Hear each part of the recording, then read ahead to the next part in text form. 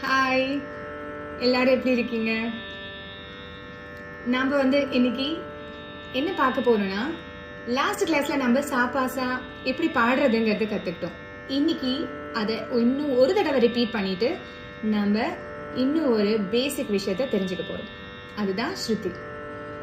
Okay, so to start the class நாம இப்போ சாப்பாசா பாட போறோம். என் கூட நீங்களும் சேர்ந்து பாடுவீங்கன்னு நினைக்கிறேன்.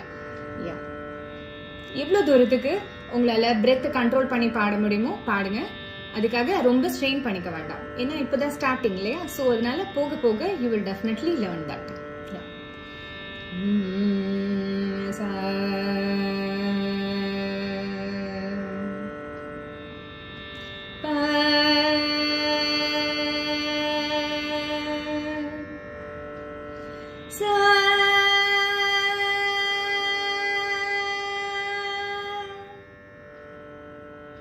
இன்னொரு தடவை பாடலாமா?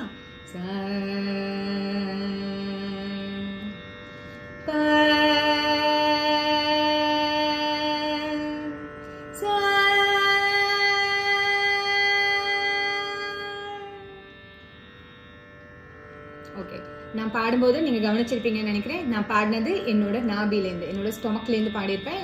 என்னோட த்ரோட்லேருந்து இல்லை மூக்குலேருந்து வாய்ஸ் வந்திருக்காது. ஓகே, ஸோ நீங்களும் ப்ராக்டிஸ் பண்ணும்போது ஸ்டொமக்லேருந்து பாடுறதுக்கான ப்ராக்டிஸை தான், அந்த பழக்கத்தை தான் ஏற்படுத்திக்கணும். மூக்குலேருந்தோ தொண்டையிலேருந்தோ பாடினா அது false voice. Okay, false voice நமக்கு வேண்டாம். ஒரிஜினல் வாய்ஸ் உங்களுக்கு வேணும்னா you should start from the நாபி, that is your stomach part. Okay, இப்போ ஸ்ருதி பற்றி சொன்னோம் இல்லையா.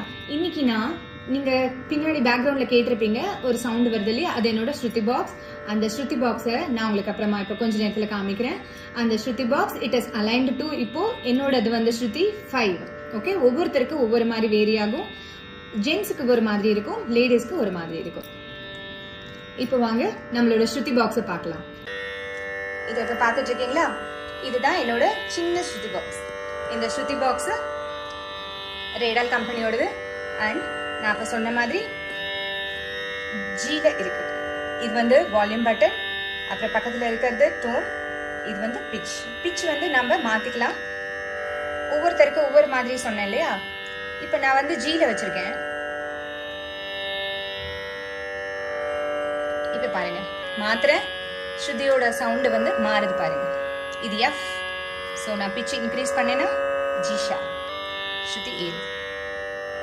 ஓகே, இன்னைக்கு உங்களுக்கு இது இன்ட்ரெஸ்டிங்காக இருந்திருக்கும்னு நினைக்கிறேன்.